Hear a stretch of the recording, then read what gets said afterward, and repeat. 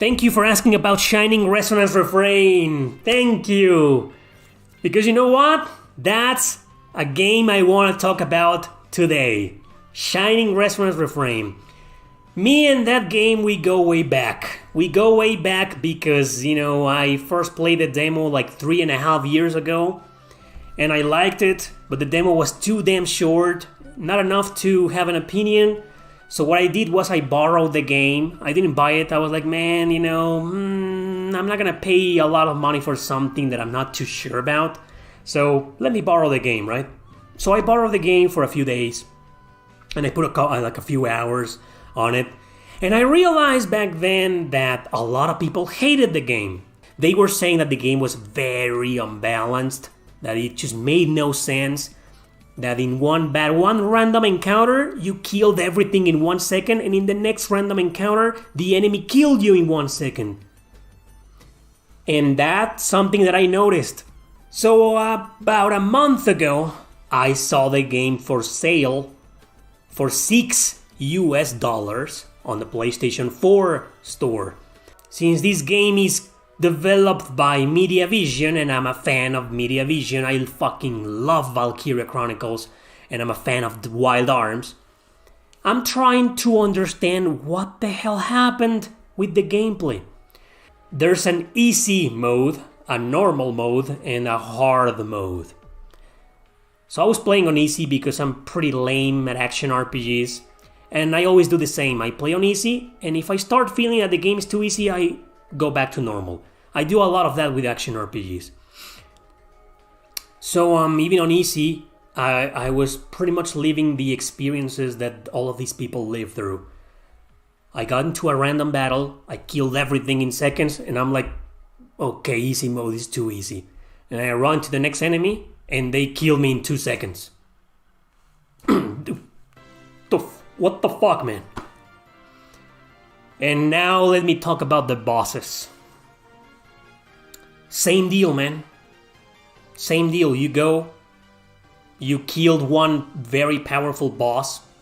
This is a game where you have 4 party members, 4 playable characters, and you can switch to them at any given time. That's a great thing. I actually really like the battle system. You got your character who's an archer, in healing magic. You got your mage. You got your guy with a big sword, which is your main character. You got Sonia, she uses a rapier, and she's the fast-paced character. And usually I play as the fast-paced characters, but in this game I stuck with the main character. I play with this guy a lot, except for some boss battles, but we'll get to them later. This guy is kind of slow, the main character, because he uses a two-handed sword. But it's so fun and satisfying to play with this guy because how he, slashes, his enemies, it's just very entertaining and very fulfilling, It just feels great to kick the shit out of your enemies with this guy. And he also can transform into a big-ass dragon for a period of time. And of course, this big-ass dragon does massive damage, whatever. The great thing about using the dragon is that, it really, because this is a brutally hard game and brutally unbalanced, even on easy, using the dragon during some tough boss fights, it feels great because with regular attacks, you're doing so little damage to these bosses, and once you transform into a dragon, you do more damage. So it's great. That's a great thing. The bad thing is that the dragon is a pain in the ass to control. Horrible controls, man. Horrible. So hard to control, and the camera ruins everything for the dragon. The camera is not that bad. It's not bad in this game. It's not great, but it's not that bad. But for the dragon, fucking hell, man. But you gotta use the dragon. Otherwise, you'll be fighting for like 30 minutes against the same boss because this is a modern game. Not so modern because it originally came out on the PS3 only in Japan, so this is like a port, an enhanced port on the PS4 and Switch. I played the PS4 version, by the way. So this is a modern game. That means enemy bosses have a lot of HP. That means companies don't know how to make their games. You wanna know a game where the bosses are not HP spongy and they're still very challenging and difficult? In other words, they did it right. They made difficult bosses right. Astral Chain. Oh yeah. But this is your classic game where bosses take fucking forever to kill. Even some of the regular enemies. And I'm like, okay, So soon I came to the realization that this game is a grindfest, a massive grindfest. And I looked it up online, I made some research, and it turned out the game was developed with that in mind. The developers wanted to make a grindfest, a game where you have to grind. And as a matter of fact, there's an option to go into some special small dungeons to get rewards and a treasure chest and fight a boss. And you can level up in there. You can level up fighting regular enemies and bosses too, don't worry.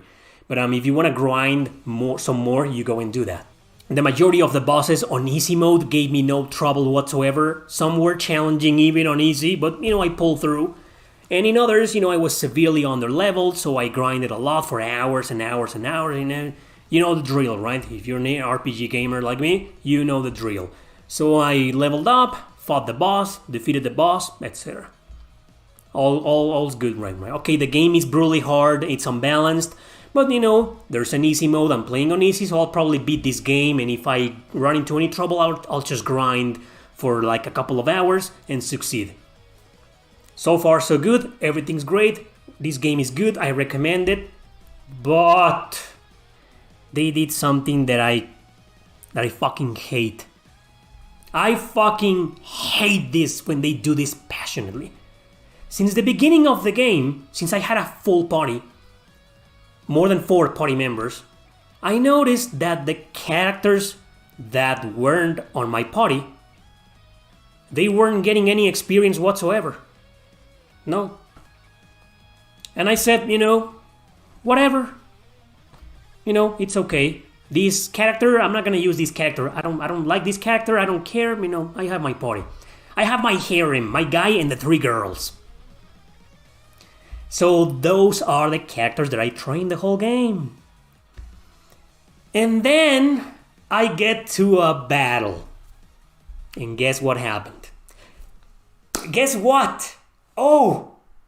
We're going to infiltrate the castle while you 2 characters that I never trained are going to distract all of these soldiers and this big ass boss.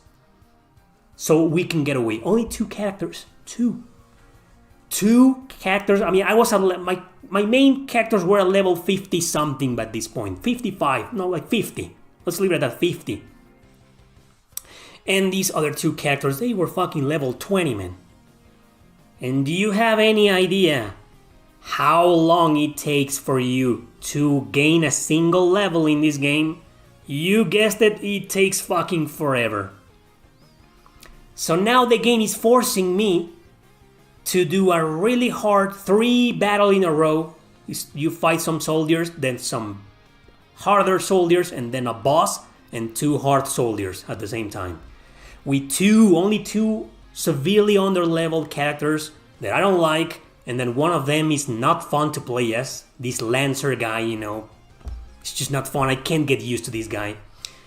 And that's it. Wow. So yeah, the game's a fucking grindfest. In a grindfest where you have to grind all of your characters separately. So that's what I did. I started training these 2 guys because I was really enjoying this game. It's not wow, super amazing JRPG, no, but it's a great game. I want to finish this game, But unfortunately, it takes forever to level up. So maybe the game is not ruined by one thing, it's ruined by 2 things. It should have been in that video. Now, JRPG ruined by 2 things. One of them is the game forcing you to use your severely underleveled characters alone. If only I had a full party, 2 of my well-trained characters and these 2 fucking losers that I never used. That's okay. They can fuck off and die and I can just probably win somehow with my other 2 characters. Right? But no. You are stucking me with 2 characters that I never used and I never trained, and then you, video game, never told me that I had to grind. You never hinted that. You never said, hey, you better train every single character in your party because this is gonna happen at some point. And the second thing that ruins the game is precisely the leveling system. This is just like Dusk Diver 2. Remember when I complained about Dusk Diver 2? Well, saying some of the bosses are extremely hard and there's no way to grind. You gotta exit the mission and restart the mission or go somewhere else to grind. And here you don't have to do that but it just takes forever to level up. Forever. And I trained these guys. One of the guys was at level 17. 17. Look, okay, you know, I'll just put this guy in my party with my other powerful, well-trained characters, you know, and I'll just fight a lot of battles, hoping he doesn't die. And he didn't, you know, he survived the majority of the battles, and eventually 2 hours later, he was level 27. No, 24, I think. 23 or 24.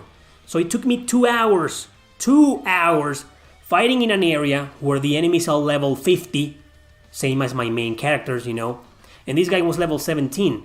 You know, he should have fucking grinded a lot, right? No, he only gained like 6 levels in 2 hours.